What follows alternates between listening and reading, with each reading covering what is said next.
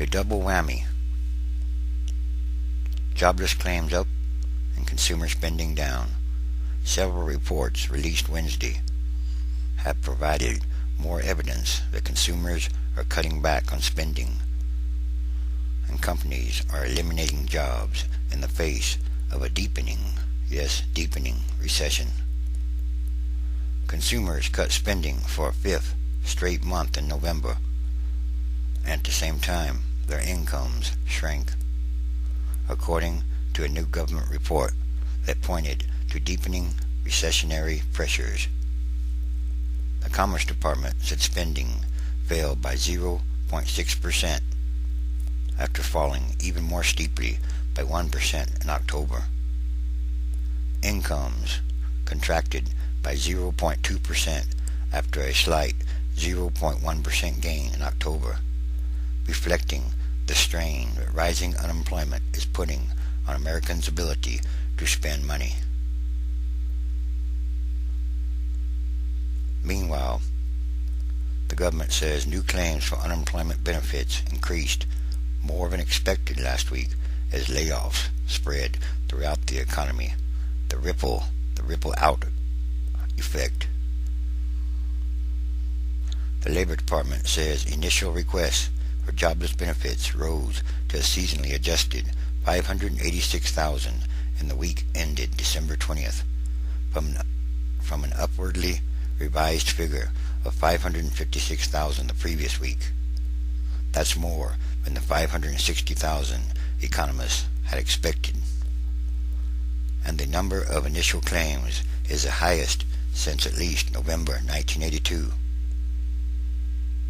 And to add to the grim outlook, orders to U.S. factories for big-ticket manufactured goods fell again in November, reflecting further setbacks in the battered, ailing auto industry and a big drop in demand for commercial aircraft.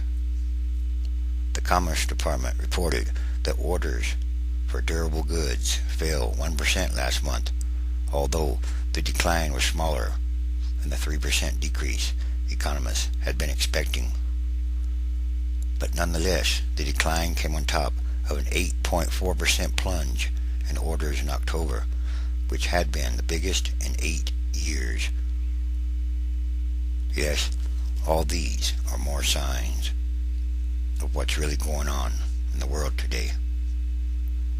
The weakness in November orders reflected a big 37.7% fall in demand for commercial aircraft and a smaller 0.2% drop in orders for new vehicles and auto parts. People are cutting back. Americans' incomes fell by worse than expected 0.2%. It was the first decline since July and reflected in part the fact that more than 500,000 jobs were cut in November as the recession has deepened rapidly. And the 0.6% drop in consumer spending followed an even larger 1% fall in October. But the steep plunge in gasoline prices, which in reality, well, doesn't make a lot of sense, and there's more connected to the drop in the gasoline price than is seen on the surface. And the steep plunge in gasoline prices, which is actually some good news for consumers, made the declines look worse. Excluding price changes, consumer spending would have dropped by 0.5% in October and risen by 0.6% in November. The November increase, excluding inflation, was the best showing in more than 3 years. Still, though, economists think the overall trend for consumer spending is down.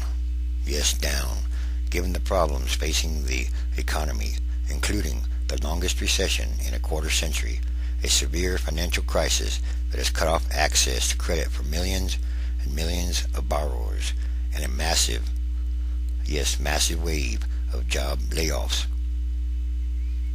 Once again, the ripple out effect, which affects the whole economy, and in turn affects all the economies of the whole world. And all those troubles have left retailers fearing that this could be the worst holiday season in decades, if not ever. Economists don't think the hard times will end anytime soon, and the government has reported that the overall economy, as measured by gross domestic product, GDP, was declining at an annual rate of 0.5% in the July-September quarter, and economists believe the contraction has accelerated in the current quarter. And some are forecasting that GDP will plunge this quarter at an annual rate of 6%, which would be the worst, yes, the worst, showing in 26 years. Many economists say GDP also will fall in the first and second quarters next year. If that forecast turns out to be accurate, it would make the current recession, which began in December 2007, the longest in the post-World War II period. And once again, there's something going on here. It's bigger than all this. It's connected to other things. The economic weakness is helping to keep inflation under control for now. So we now have deflation. A price gauge tied to consumer spending fell by a record 1.1% in November, the second monthly decline. Excluding the cost of energy and food, the price index was unchanged last month.